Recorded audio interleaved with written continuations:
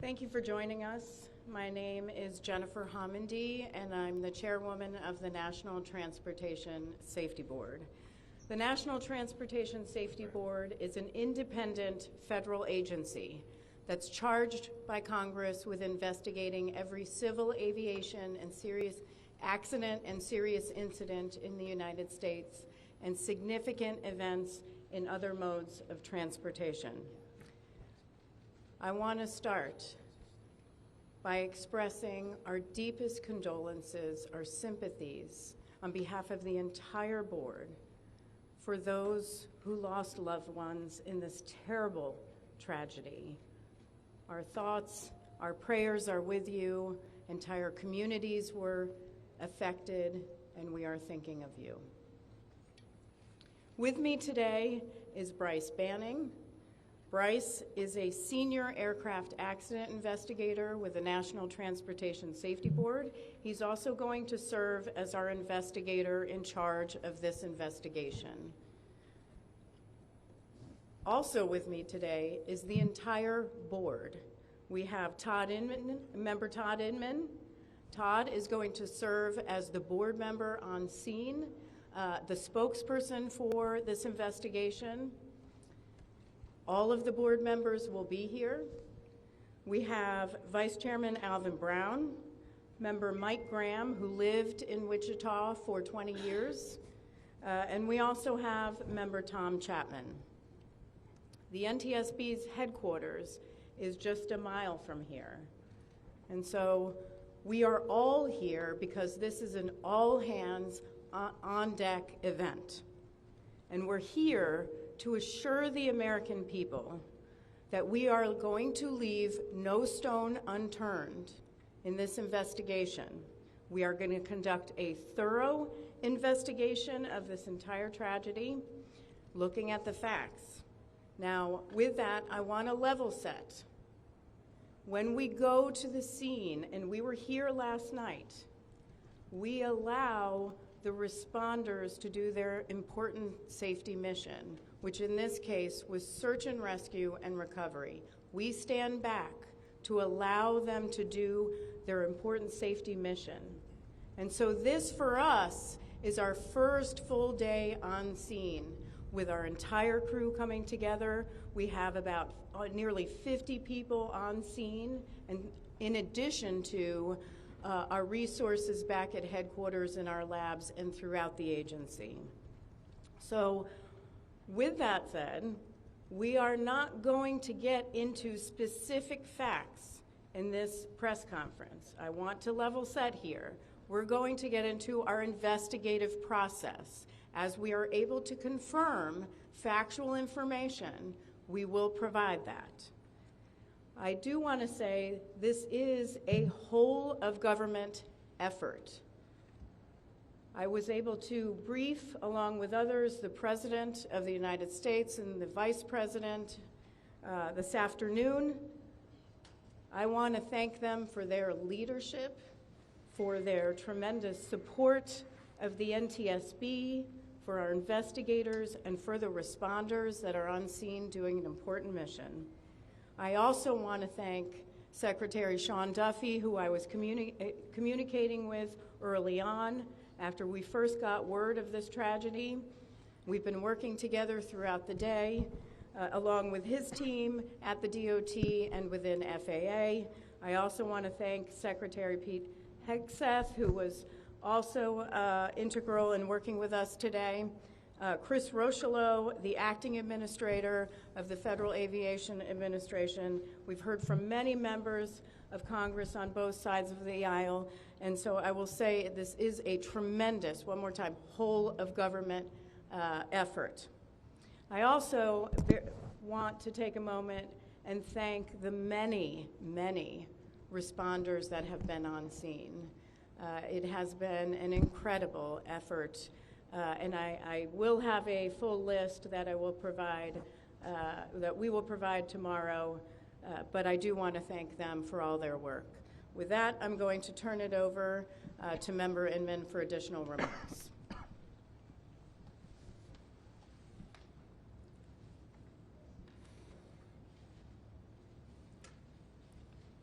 So today is our first full day on scene. Our investigative team will be on scene as long as it takes in order to obtain all of the perishable evidence and all of the fact-finding that is needed to bring us to a conclusion of probable cause. Our mission is to understand not just what happened, but why it happened, and to recommend changes to prevent it from happening again. Since we're just beginning our investigation, we don't have a great deal of information to share right now. We will keep you informed by giving regular updates as we learn more. Our intention is to have a preliminary report within 30 days, and the final report will be issued once we've completed all of our fact-finding and investigation. Now, we will not be determining the probable cause of the accident while we are here on scene, nor will we speculate about what may have caused this accident. Today, we will be going and having an organizational meeting and establishing our parties to our investigation.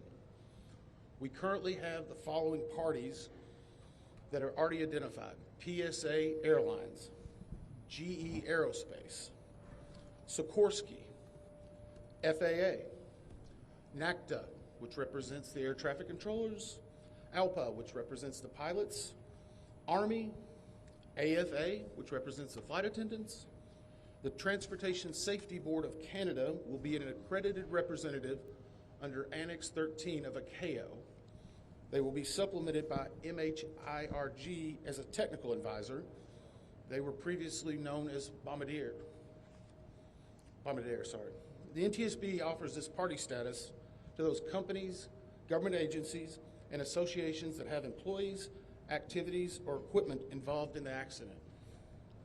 We offer that because they will provide technical expertise and relevant information supporting the development of the best possible factual record.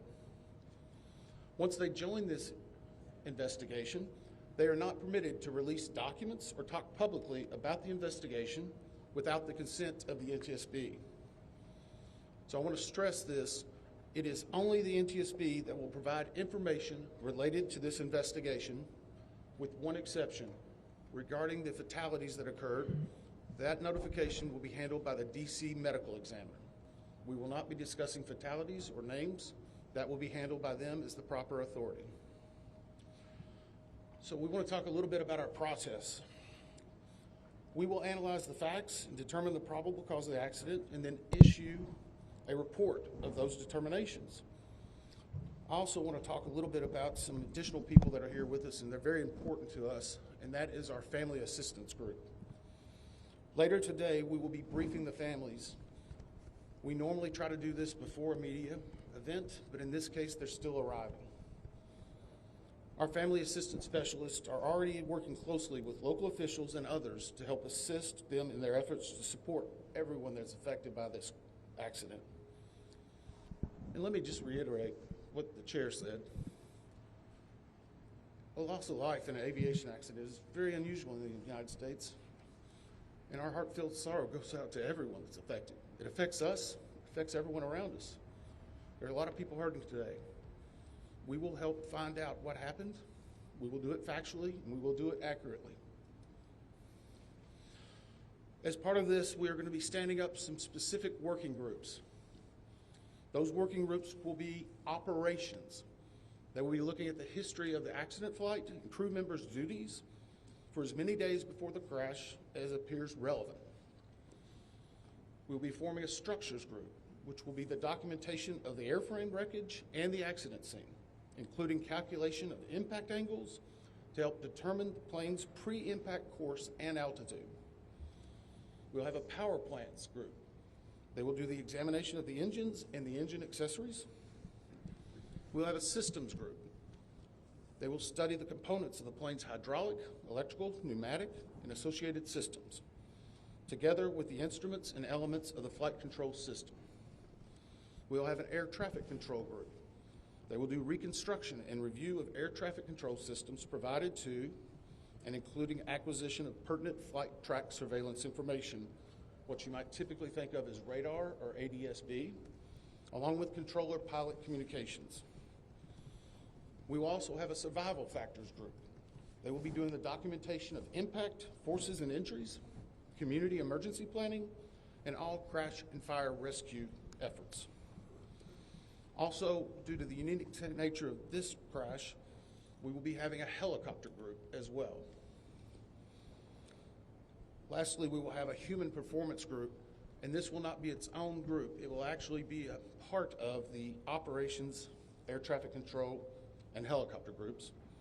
They will study the crew performance and all before the accident factors that might be involved in human error, including fatigue, medication, medical histories, training, workload, equipment design, and work environment. Now we're going to take a few questions, but I will again stress, we don't have a lot of information now. We will continue to gather that. We will try to release it as we can, but we will only talk about the facts of the case that we know right now. I'm going to ask, we'll call on a few people. I'm going to ask that you state your name and affiliation. James Matthews from Sky News. So we heard from President Trump today talking about DEI hiring policies within the FAA and associating that with the cause of this accident. What do you say to that? Well, unfortunately, I didn't hear the remarks. I was briefing House and Senate members, but I believe, Chair, would you like to take that? As part of any investigation, we look at the human, the machine, and the environment. So we will look at all the humans that were involved in this accident. Again, we will look at the aircraft, we will look at the helicopter, we will look at the environment in which they were operating in. That is standard in any part of our investigation. I'll turn it back. Chair, can I ask you, has the flight data recorder been recovered yet? And what is the difficulty in a water disaster like this, which presents a very difficult environment for your investigators and the people out on the water? Well, the question was on the flight data recorders. And we have not recovered the flight data recorders yet. We know they're there. They are underwater. This is not unusual for the NTSB. We have many times recovered flight data recorders in water. We have our lab right here that is about a mile from the NTSB, so it's not unusual. And once we get those, we'll be able to get those read and information from them to be able to provide further information to you. I'm going to turn it back over to Member Inman. Hey there, Sir. Tyler Henry with CBS News. Earlier today, Defense Secretary Pete Hegseth said a mistake was made last night. Based off of you all's initial investigations and preliminary findings, have you all been able to tell whether this was human error or mechanical failure? The question was, has there been human error or mechanical failure? We don't know what we know just yet. We do not know enough facts to be able to rule in or out human factor, mechanical factors. That is part of the NTSB investigative process and where all of these groups will come together. It's one of the reasons why the NTSB is known as the gold standard. We will take the time that's necessary, but I'd also like to reiterate, if we find something that is a significant issue that warrants immediate action, we will not hesitate to make those recommendations and make them public. We have a good track record on that, and we want to continue doing so. Sir. Hello, sir. Tom Costello with NBC News.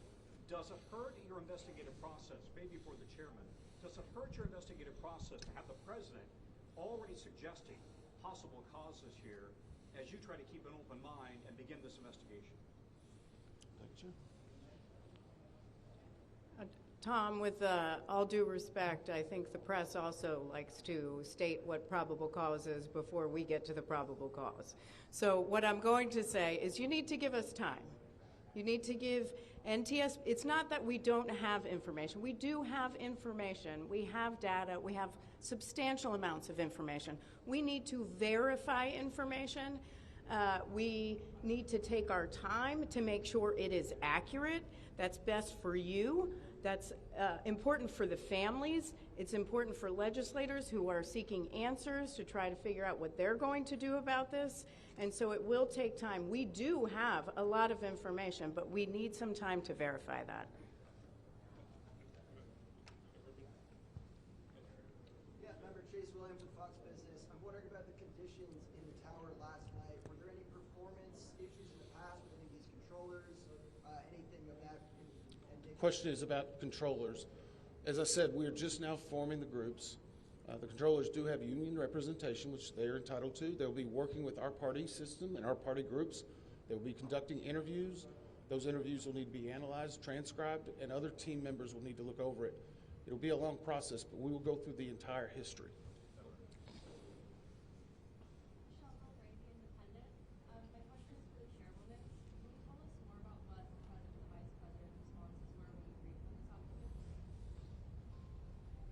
Sure. So the question was about my briefing for the president and the vice president.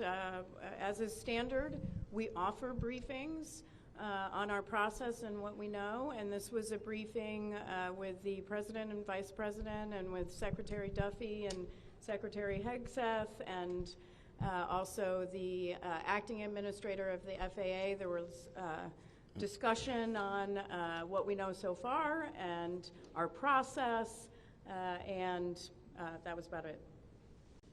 Madam Chairwoman, Stephanie Ross with ABC News. Similar to Tom Costello's question, the president has stated what may have caused the crash, stating common sense. Does that affect your progress at all at this early stage? Yeah, so the NTSB, we conduct an important safety mission where we take a very careful approach. I'm sorry, the question was on speculating during investigations, which is we often hear about. What I will say is we look at facts on our investigation, and that will take some time. And at some point, we'll be able to provide that factual information, as Member Inman said, and provide that hopefully tomorrow. Hang on a second. Dave Shepardson from Reuters. Have you been able to retrieve the black boxes from the helicopter? Has the military decided whether they're going to read those to the NTSB? And what about the ATC tapes? Have you guys been up? So the question was about black boxes, which are referred to as black boxes, which are typically orange. We have not recovered any of the boxes involved yet. We feel comfortable and confident that we will be able to. Right now, recovery of life is probably the most important in those that were involved. I mean, there are still ongoing recovery efforts involving the fatalities involved, along with some debris is coming out as well. We will make sure that that perishable evidence is maintained. Mm-hmm. We have a great process for that. We will probably have more than one black box, so to speak. It's our understanding that the Sikorsky helicopter is equipped with some form of recording devices, and those will be read either by the DoD or by us. We have a good starting relationship with them, and we've already made agreements in order to be able to do that. So I feel comfortable in what we're going to be doing. The other question was about air traffic control. We received a very large package of information from the FAA at about 3 a.m., I believe, this morning. That is still being reviewed and analyzed. I would say there's a lot more information that usually comes in that than what you may find online and people might speculate about. And that is part of that overall process where we take the time to get the information correct and to make sure all the parties are engaged and involved and can fact check that information. One. Gabe Cohen from CNN. Can you tell me if the NTSB has reviewed this FAA internal report that has been cited by the New York Times indicating that the controller that was on duty at the time of the crash was doing a job that's usually done by two people? We have not reviewed any specific reports about the controllers at this time, at least from the leadership team. Our investigators are continuing to pull all that information. Their personnel records, their files, where they were at, whether they were fatigued, all that information will be part of that investigative process. But right now we can't speculate on anything that may have been reported in the media until we get the opportunity to validate and understand how it impacts the investigation. We're going to take just a few more questions. Sir?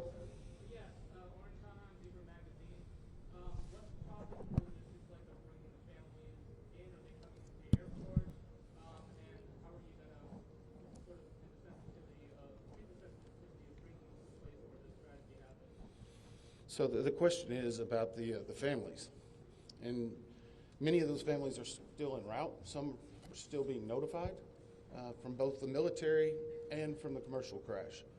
There is a family assistance facility that's being stood up by American and PSA Airlines in Bethesda, Maryland. They've already been working on that, standing it up. Our team from our disaster assistance team has also been coordinating with them. We plan on briefing them. It is customary that at some point, if the families wish to go to part of the accident site, that we would arrange such a thing, but it will only be when we know that it's safe, we have the correct perishable evidence, and we can do it in the proper modesty that should be for those family members. It will be a little bit of a process, but it will take some time. Sir, to follow up on the air traffic control. No. Sir, or you? I know that Marielle Carville with DC News now. We've heard from some witnesses that they saw people able to come down the slides of the plane. Is there any indication that people made it off the plane if they wanted? Well, again, we will not speak to the fatalities. The D.C. medical examiner will, but I think the D.C. fire chief this morning very succinctly said correctly that we believe there are no survivors. Was there off the plane? Like, did they even get out of the plane? Last question. So, hang on one second. Right now, we're going through the debris fields.